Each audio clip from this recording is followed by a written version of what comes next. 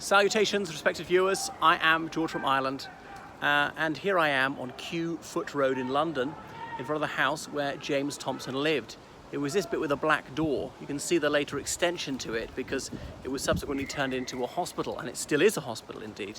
So James Thomson was born in the United Kingdom in 1700, except it wasn't the United Kingdom back then. Where he was born was Scotland. England and Wales wasn't the UK either, because the United Kingdom was only founded in 1707 with the Act of Union. And this was a controversial piece of legislation that was to colour much of Thomson's life. So anyway, he grew up in a middle-class family, was a highly educated sort, and someone of literary inclination, and he soon turned his hand to poetry. Of course, it was far more popular in those days than it is now, partly because there was no broadcast media.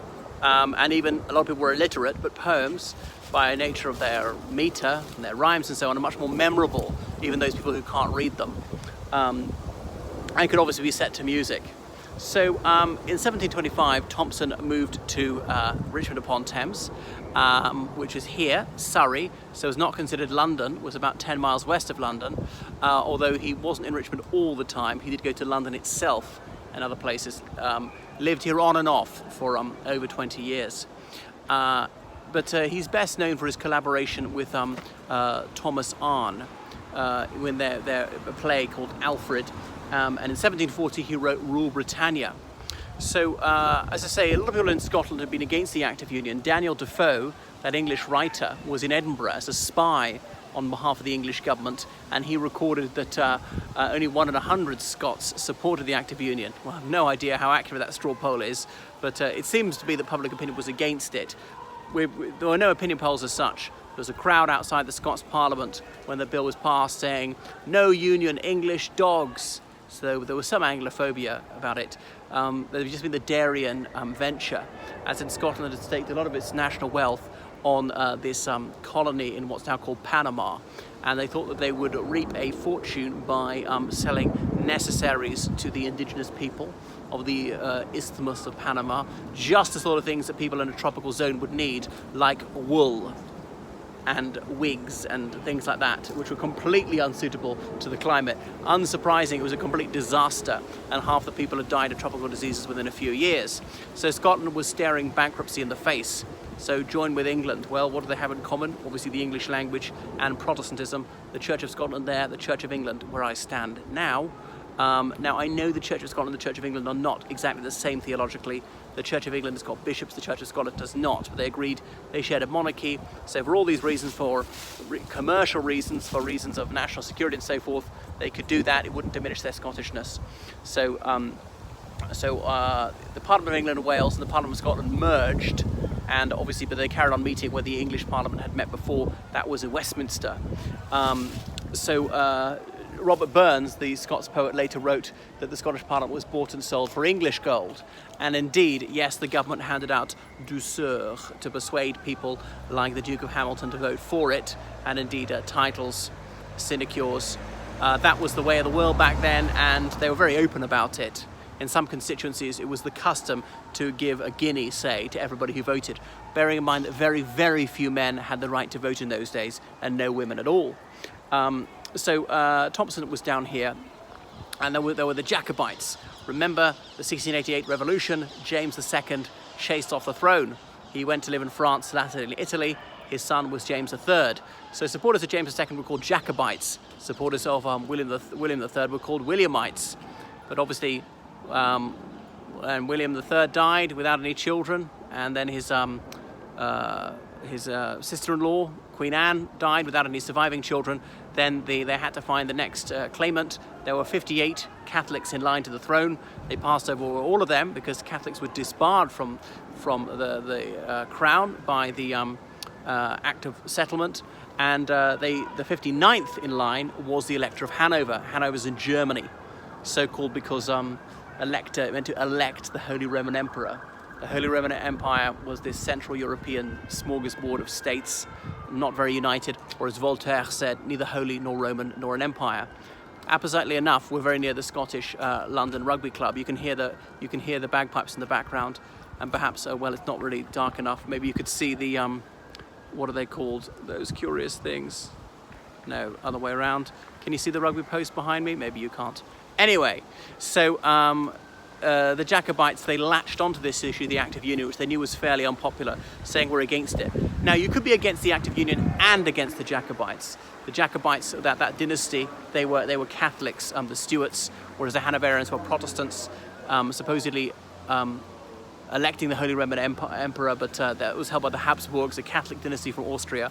It wasn't actually hereditary to be Holy Roman Empire, but that the Habsburgs had it sewn up. So for centuries, they always got their dynast electors. Their family held it.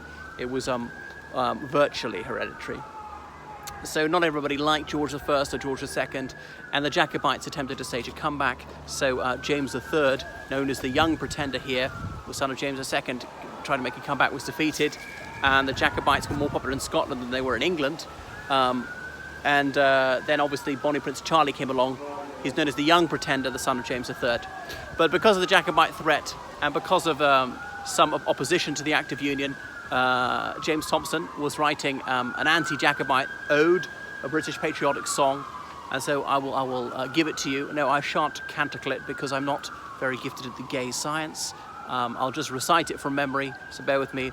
When Britain first at heaven's command arose from out the azure main, this was the charter of the land, and guardian angels sang this strain.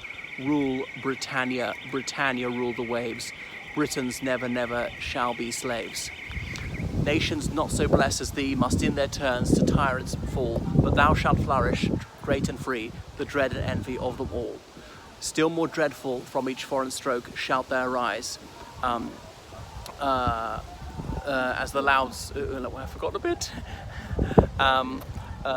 but thou shalt flourish great and free, the dread and envy of them all, as the loud blast that tears the skies serves but to root thy native oak.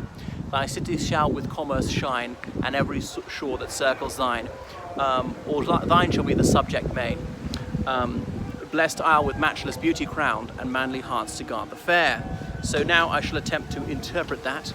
So they're saying when the creation of the world, when there was an angel flying around and singing Rule Britannia. So remember, it's not describing the situation, it's a command, at heaven's command. So supposedly God wants Great Britain to rule the world. I know it's chauvinistic nonsense, but that's it. I don't agree with these jingoistic sentiments, but they were popular at the time. And then, what's the other thing? I'm just trying to remember the second line of Rule Britannia. The azure main, azure obviously mean that shade of blue of the sea. And what's the next bit? I'm a bit distracted because there's somebody behind me. Rule Britannia, Britannia rule wives. Britons never shall be slaves, all right? Holding other people in slavery though, because that was the height of the slave trade around 1740. Nations not so blessed as thee must in their turns to tyrants fall. So other countries aren't so lucky, and they're going to be ruled by tyrants sometimes, but you won't. You will be a country where the liberty reigns. Now again, that's largely drivel. We certainly wouldn't consider people to be very free back in those days. The Catholic minority discriminated against, non-conformists discriminated against. That means Protestants outside the established churches. The established church has been the Church of Scotland or the Church of England. Obviously women had no rights. People who were held in slavery in Africa or the West Indies who were brought here, and they were still in slavery. Most people didn't have the right to vote. Freedom of expression was quite seriously limited. They had a very broad view of what sedition was, blasphemy was a crime, and blah, blah, blah. Anyway,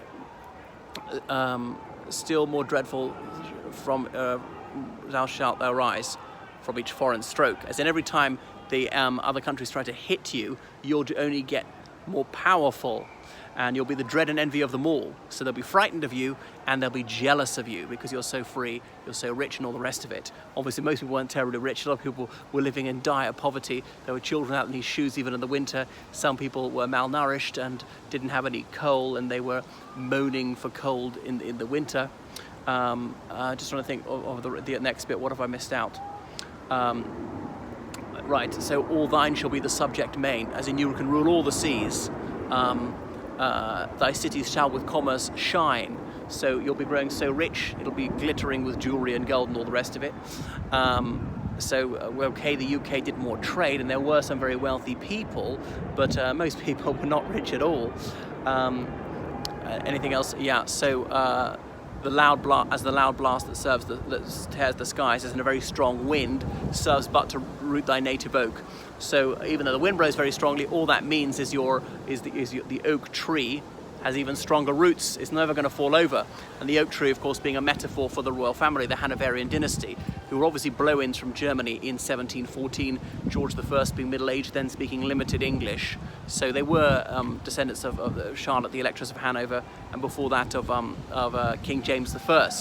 So it's passed to more distant relatives before. But they were really trying to cover up for the fact that they weren't very British, and there were people with a much stronger claim who were discriminated against on account of their religious denomination. Probably that's enough. Anyway, he died in 1748. He's buried locally. So that is James Thomson, a largely overlooked figure.